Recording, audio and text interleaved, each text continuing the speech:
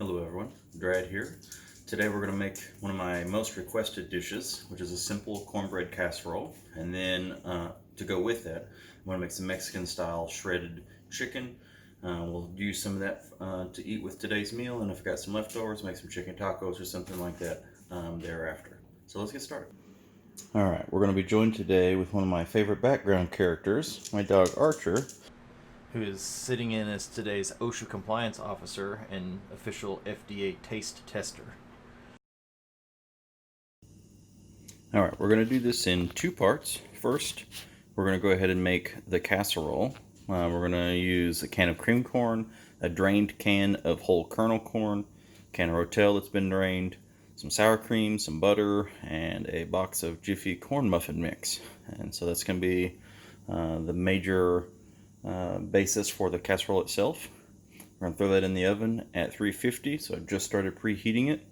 I've also got a 9x13 casserole dish, and I went ahead and put some nonstick spray in there. Then after we get that in the oven, it'll cook uncovered for about 45 minutes at 350.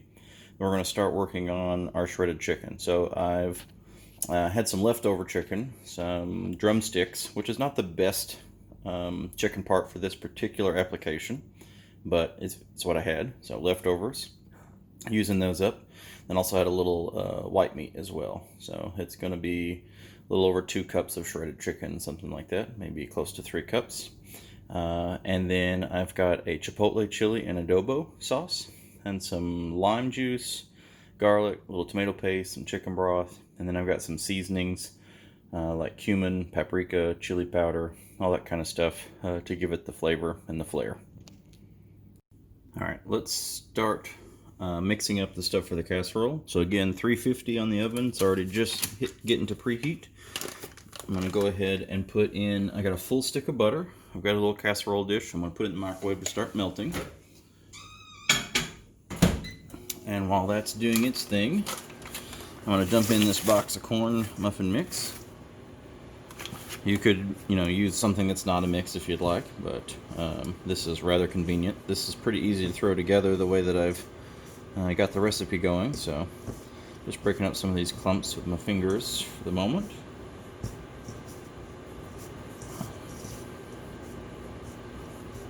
That looks okay. And then I'm going to put in just a whole can of creamed corn. So this will provide most of the liquid, so you don't use milk or something like that. You can use just the cream corn liquid, and then the butter, of course, Then we've got a drained can of Rotel, which is going in here.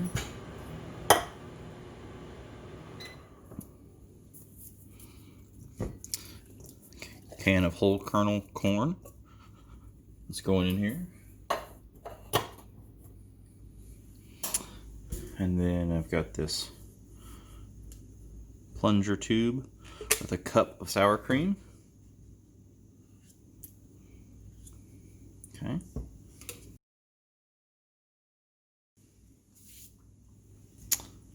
Let me check on this butter.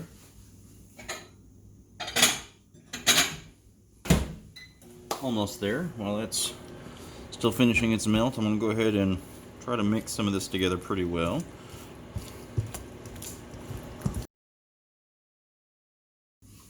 Alright, pour the butter in.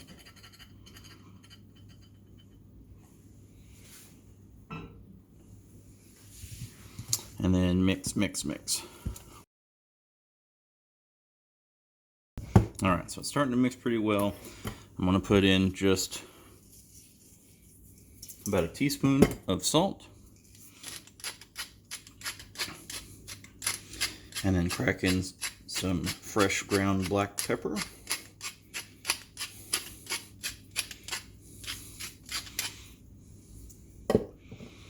And then I'm going to put in just a little bit of paprika.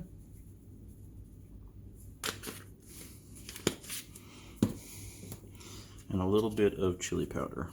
Just a little bit. Only about half a teaspoon or less for each.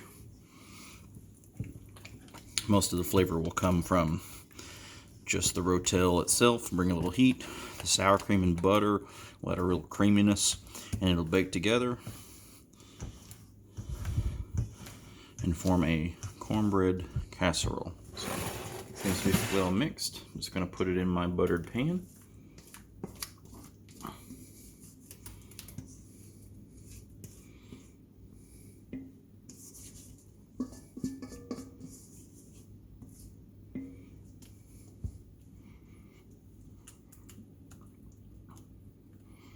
Smooth it out just a little bit so we get some even cooking.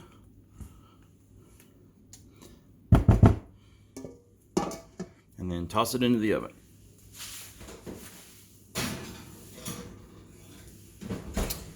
For about 45 minutes.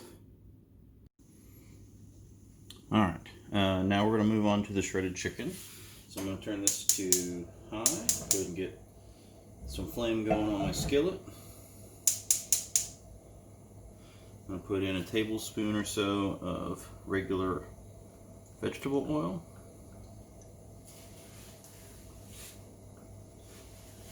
Let that come up to temp for a sec. I don't have to chop up any vegetables today, so it's going to be a little different than normal. So I'm waiting for the oil to come to temp. I'm going to put in a little tomato paste and a little garlic paste. We'll let that cook for just a sec. And then once that cooks, I'm going to throw in this chopped up chipotle chili with a little bit of adobo sauce. And so it's about a tablespoon of adobo sauce with about a, I want to say it's about a chili pepper and a half, somewhere thereabouts, that I have left over. Alright, we've given it a minute or so to heat thoroughly. I'm going to put in a few cloves worth of garlic. It's probably about 3 cloves worth.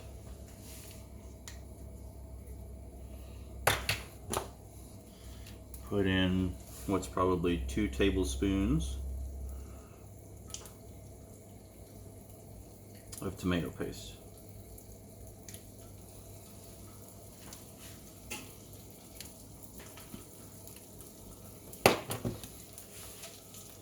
Spread this out a little bit, go ahead and mix it together.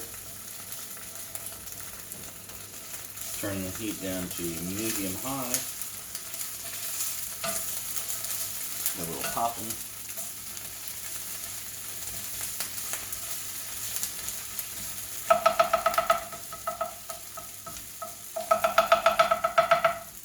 Let that cook for just a few seconds.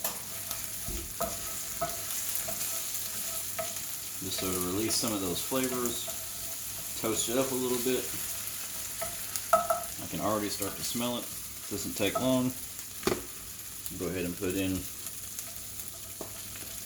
this chilies with this adobo sauce.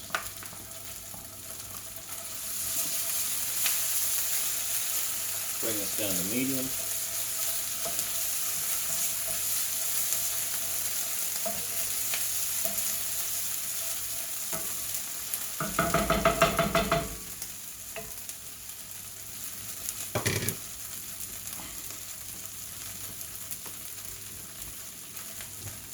I'm going to let this cook for 30 seconds to a minute or so, just to get some toast on the chilies as well. And while that's happening, off to the side, in my little adobo container, I'm just going to put in a little bit of chicken broth. This is not much, somewhere between 1/4 and 1/2 cup. I don't need to add too much heat to this because the adobo and the chipotle will bring some of that for me. But I'm going to need at least a teaspoon or so of cumin.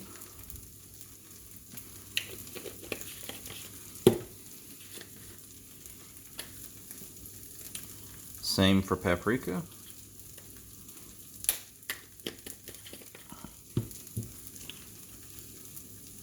A little regular chili powder. About a teaspoon for all 3 of these. And then small amount, because I've already got some heat, but a little bit of cayenne. That's like an 1/8 teaspoon, so just a little pinch.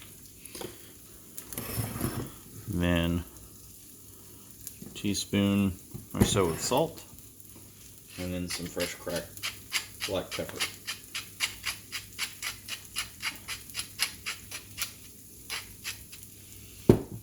Gonna go ahead and mix this together just a little bit, and then pour it in here before any of this really burns.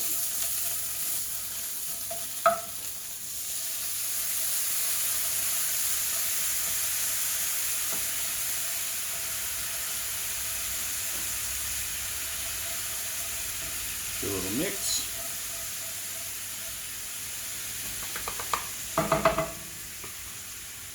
Then I'm going to take my chicken, which is it's probably closer to 3 cups of chicken after I've shredded some up. So a little dark meat mixed with some white meat. You could use all chicken breast. In order to cook this, you could just bake it. You could put it in a stir fry. You could take leftovers from like a crock pot or a pressure cooker, like a one pot kind of thing. You could boil the chicken. Doesn't matter too much. You should just see that after you've cooked it, let it cool, you shred it up, and then you just throw it in there. Now this is maybe a bit on the dry side. I do want to still see some liquid in here. So with everything kind of soaked up all my liquid, so I'm going to go ahead and add just a little bit more chicken broth. I want it to be enough so that I can actually bring it to a simmer a little bit. So maybe I needed closer to 1/2 cup instead of the 1/4 cup of the chicken broth. And then I'm going to also put in a couple tablespoons of lime juice. Give it that bit of kick to send it over the top. I'm going to bring this back up to high so that it comes to a boil. And I want this to simmer in this sauce. Yeah, this is about the right amount of liquid at this stage. That looks a little better. I want it to come up to a simmer, then I'm going to reduce it down to low and let it simmer 5 minutes or so just to kind of soak up all those flavors. I'm going to leave it uncovered so we can reduce that sauce back down so that it just clings to the chicken and isn't very watery anymore.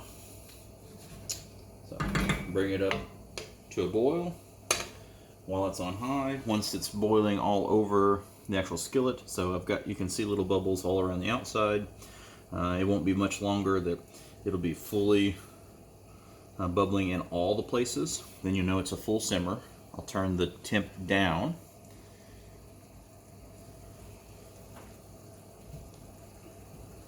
More about there actually. So I'm going to come on down to medium-low. Close to just low itself, almost as far down as it'll go. I just want it to cook gingerly. The meat's already cooked, so I don't want to do more than really heat the meat while also reducing the sauce. Alright, we've let it sit and simmer for about 5 minutes. The sauce itself, the juices have started to soak back into the chicken and or evaporate, which is about the consistency we want it. We want just the tiniest little bit of liquid visible. We're about there. I'm going to kill the heat completely. I'm going to let this cool, come down to temp, and then we will, right before we get to the point where we pull the casserole out of the oven, I'll toast a couple tortillas here right over the flame, and then we'll plate it all up. Alright, we've let about 20 minutes go by. We're getting down to like the last 5 or so minutes left on the casserole. So I'm going to go ahead and just pull this chicken into a bowl off the skillet so that I can use the stove to toast up a couple tortillas.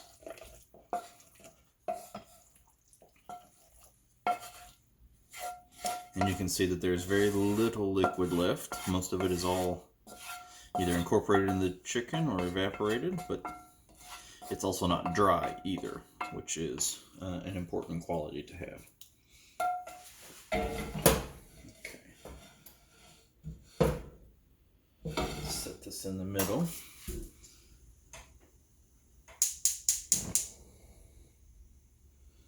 So what I like to do is turn the burner on to about medium and get a pair of good metal tongs.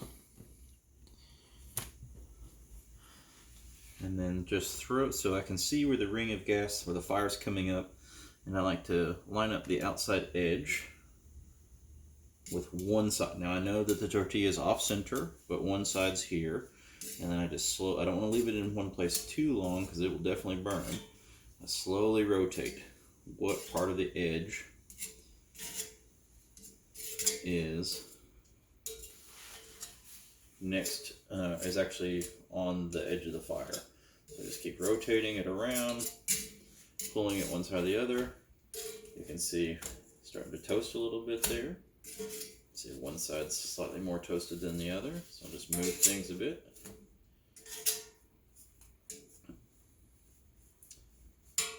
Slowly rotating. If the whole thing was on the fire, then rotating it wouldn't keep certain parts from burning. But by having it offset like this, oop, don't want to burn too much, a little too fast. By having it offset, I can keep some parts that are cool and not directly on the fire while I'm continuing to rotate, so not everything's all the fire at once. There we go. There's one. Alright, I'm not too much about hiding mistakes, so I was looking at doing a couple of white corn tortillas as well, but they were definitely a little bit stale, and as I started to put some heat on them, they were just kind of falling apart, so that method really didn't work for them. It works better if they're fresh, so I just grabbed another flour tortilla. Going to do the same thing. And back by popular demand is a little of that sizzling sausage.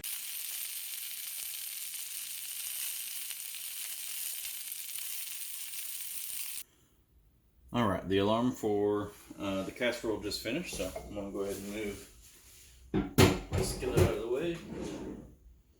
Get a couple of pot holders.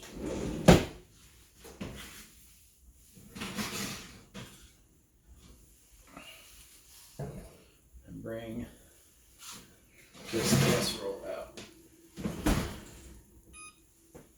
Alright. That's all it takes. Super simple. The worst part is just waiting for the casserole to be finished. Alright, we'll be back in just a second to plate it up. Okay, I'm just going to dig into this casserole with a spoon. It isn't like a cake or anything. It's going to be kind of mushy a little bit. It'll have some rigidity because of the cornmeal mix, but expect it to be ooey gooey on the inside. Now if it's still runny, maybe put it back into the oven for a few more minutes to try to get a little bit more of the liquid baked out of it. But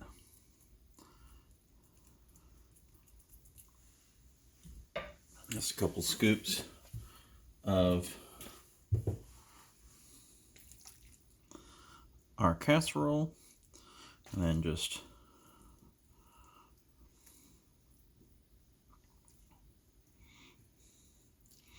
a little of this chicken. I'm just going to tear up this tortilla a little bit. Could cut it up all nice and pretty, but not all that necessary. I'm just going to put a couple of pieces.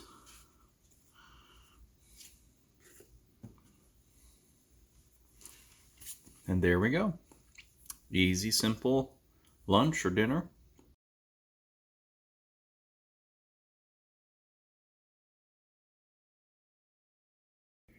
Alright, let's see what the taste tester thinks. Archer dog, do you want to try a bite? Wait. Okay, come up here. Do you want it?